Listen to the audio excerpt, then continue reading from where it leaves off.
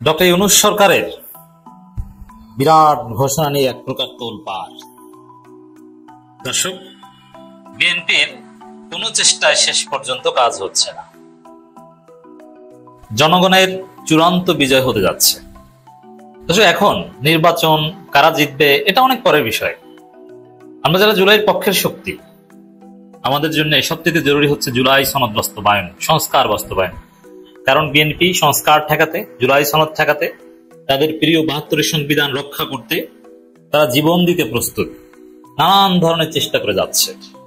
কিন্তু না, জুলাই সনদ বাস্তবায়ন করতেই হবে। এক্ষেত্রে জুলাই সনদ বাস্তবায়ন পদ্ধতি নিয়ে তীব্র ইখতিলাফ, কোনোভাবে ঐক্যমত হচ্ছে না। আপনারা জানেন, মানে এক কথায় বিএনপির কথা এটা যে সংবিধানে হাত দেওয়া যাবে না, ওটা পরবর্তী পার্লামেন্ট দেখবে। কিন্তু না, বিএনপির এইসব ধান্দাবাজি থিওরি, জুলাই সনদ ঠেকানোর থিওরি, সংস্কার ঠেকানোর থিওরি, আওয়ামী সংবিধান রক্ষার থিওরি, জুলাই ভুলিয়ে দেওয়ার থিওরি, এগুলো নস্যাৎ হতে যাচ্ছে। প্রফেসর ইউনূস সরকারের ঐক্যমত কমিশনের সুস্পষ্ট ঘোষণা, দলগুলো একমত না হলে জুলাই সনদের বাস্তবায়ন পদ্ধতি ঠিক করবে কমিশন। হ্যাঁ, এটাকেই বলে rule. Professor Yunus is a ruler, তিনি একজন শাসক। He has to rule the country.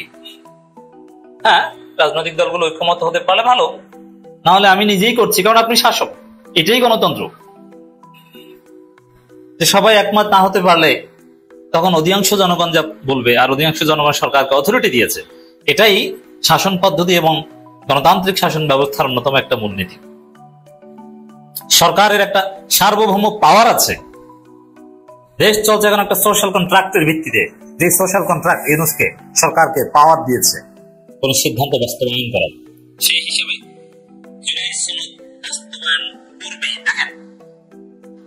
BNP কিন্তু বাস্তবায়নে রাজি না। ওই যে পরবর্তী পার্লামেন্ট দেখবে, ওইটাই হচ্ছে তারা বাস্তবায়নে রাজি না। আর প্রফেসর ইউনূসের সব তৎপরতা এখন না, বাস্তবায়ন করতে হবে, বাস্তবায়ন নিয়ে। এখন বাস্তবায়নের পদ্ধতি যাই করুক জামাতের বা আর জুলাই পক্ষের শক্তির কোনো আপত্তি নেই, বাস্তবায়ন করলেই হলো। শান্তি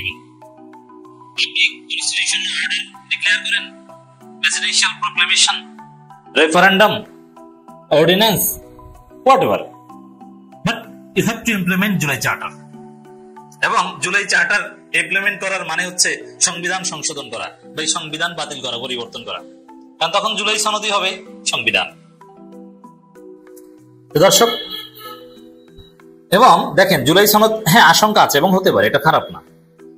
জুলাই সনদ বাস্তবায়ন যদি আদৌ সরকার নিজেদের মতো করে করতে পারে, মানে বিএনপি যদি একমত না হয়, বিএনপি যদি বাধা দেয়, এর মানে কি বিএনপি আপত্তি করলেই শেষ পর্যন্ত ডক্টর ইউনূস নিজের মতো করে বা সরকার নিজেদের মতো করে বাস্তবায়ন করবে।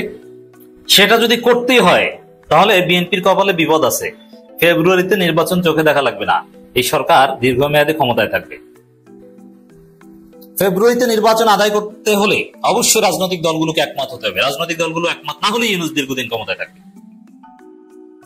দর্শক, আপনি দেখবেন যে এই জানুয়ারিতে, মানে নির্বাচনের আগে সরকার পে স্কেল দিচ্ছে। আপনি কি মনে করেন, চলে যাওয়ার ইচ্ছা থাকলে পে স্কেল দেয়? আরো বিভিন্ন আন্তর্জাতিক সম্পর্ক চুক্তি, একদম ফেব্রুয়ারিতে চলে যাওয়ার চূড়ান্ত প্রস্তুতি থাকলে এত কিছু করার কথা না। মানে সরকারের হাতে অল্টারনেটিভ আছে, থাকতে বাধ্য, সরকার কিছু করার নেই। যেমন জুলাই সনদে যদি বিএনপি একমত না হয়, বাস্তবায়ন করতে বাধা দেয়, বাস্তবায়ন পদ্ধতিতে যদি একমত নয়, সেই ঝুলিয়ে রাখা, মানে মূলে ঝুলানো থিওরিতে যদি বিএনপি অনড় থাকে, তাহলে ইউনূস সরকারকে ক্ষমতায় থেকে যাওয়া ছাড়া তো কোনো উপায় নেই। নিজেদের মতো করে বাস্তবায়ন করতে হবে। তাহলে অনেক কিছুই নিজেদের মতো করে করতে হবে, রাজনৈতিক দলগুলোর সাথে আলোচনা করে হয়নি। আর নিজেদের মতো করে করতে হলে ফেব্রুয়ারিতে নির্বাচন সম্ভব নয়। ফেব্রুয়ারিতে নির্বাচনের প্রথম প্রস্তাব দিয়েছেন আমিরে জামাত রোজার আগে, এরপরে বিএনপি রাজি হয়েছে। মানে এটা পলিটিক্যাল পার্টিগুলোর। আর ইউনূসের থিওরি ছিল জুনে নির্বাচন। আপনাদের সে জুনে নির্বাচন, জুনের মধ্যে নির্বাচন, এটা ভুলে গেছেন। এটা নিয়ে অনেক কথা হলো। অতএব ডক্টর ইউনূস সরকারের একটা বিরাট ঘোষণা, স্পষ্ট ঘোষণা, তোলপাড় সৃষ্টিকারী ঘোষণা, যে দলগুলো একমত না হলে জুলাই সনদের বাস্তবায়ন পদ্ধতি ঠিক করবে কমিশন। এক্সিলেন্ট, অসাধারণ ঘোষণা। এটাকে বলে রুলার। আর যদি সেটা করতে হয়, তাহলে ডক্টর ইউনূসকে দীর্ঘমেয়াদে ক্ষমতায় থাকতে হবে। জুলাই সনদ বাস্তবায়নের উপায় নিয়ে রাজনৈতিক দলগুলোর এক জায়গায় না আসলে, দেখেন এক জায়গায় আসার বিষয়ে যদি কনফিডেন্ট হতো তাহলে আলী রিয়াজ কথা বলতেন না। ল্যাক অফ কনফিডেন্স, যার ফলে এটা একটা থ্রেট, এই থ্রেট মূলক কথা বলতে হচ্ছে। দলগুলো এক জায়গায় না আসলে বাস্তবায়নের একাধিক প্রস্তাব সরকারকে দেবে জাতীয় ঐকমত্য কমিশন। রোববার ফরেন সার্ভিস একাডেমি মিলনায়তনে রাজনৈতিক দলগুলোর সঙ্গে আয়োজিত সংলাপের চতুর্থ দিনে একথা বলেন কমিশন সহসভাপতি অধ্যাপক আলী রিয়াজ। নিউ ইয়র্কে অনেক চেষ্টা হয়েছে, কিছু ডেভেলপমেন্ট হয়েছে, কিন্তু ওই যে জুলাই সনদ বাস্তবায়ন হলে সংবিধানে হাত দিলে বিএনপি রাজনীতি থাকে না, এটা বিএনপি মনে করে। বিএনপি মনে করে তাদের বেঁচে থাকতে হলে ভারত লাগবে, ভারতের হেজিমনি লাগবে, তাদের আব্বা সুপ্পুকে লাগবে, তাদের জাতির পিতা মুজিবের সংবিধান লাগবে, তাদের আপা হাসিনার সংবিধান লাগবে, নইলে বিএনপির রাজনীতি থাকবে না, এটা বিএনপির বিশ্বাস। এই জন্য বিএনপি রাজি হয়েও আবার উল্টাপাল্টা করে। দেখেন আমি একটা কথা বলি, বিএনপি যদি শুভে লাভে জুলাই সনদ জুলাই স্পিরিটের উপর থাকে তাহলে এবার নির্বাচনে জিততে পারবে না কোনো কিছুতেই, কিন্তু পরের বার নিশ্চিত জিতবে, এবার শক্তিশালী বিরোধী দল হবে। কিন্তু যদি একদম আওয়ামী পথে হাঁটে তাহলে তারা পরের বারও জিততে পারবে না, বিরোধী দল হওয়া তাদের কপালে জুটবে না, রাজনীতি থেকে একদম মুসলিম লীগের মতো ন্যাব ভাসানির মতো মাইনাস হয়ে যাবে। অতএব বিএনপির সামনে এখন কঠিন পরীক্ষা।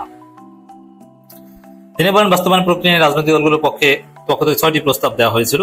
আমরা বলেছিলাম যে 6টি প্রক্রিয়া বিষয়ে আলাপ আলোচনার মধ্য দিয়ে যদি এটাকে একটি জায়গায় আনা যায়, উপস্থিত 30টি রাজনৈতিক দল যদি একটি প্রস্তাব দেয় তাহলে আমরা অন্তর্বর্তী সরকারের কাছে, যদিও এটি সরকারের অবস্থান, এখানে ঐকমত্য কমিশনকে আলাদা কোনো অটোনমাস বডি হিসেবে দেখানো ঠিক না, এটি সরকার, ইউনূস নিজে এই কমিশনের সভাপতি।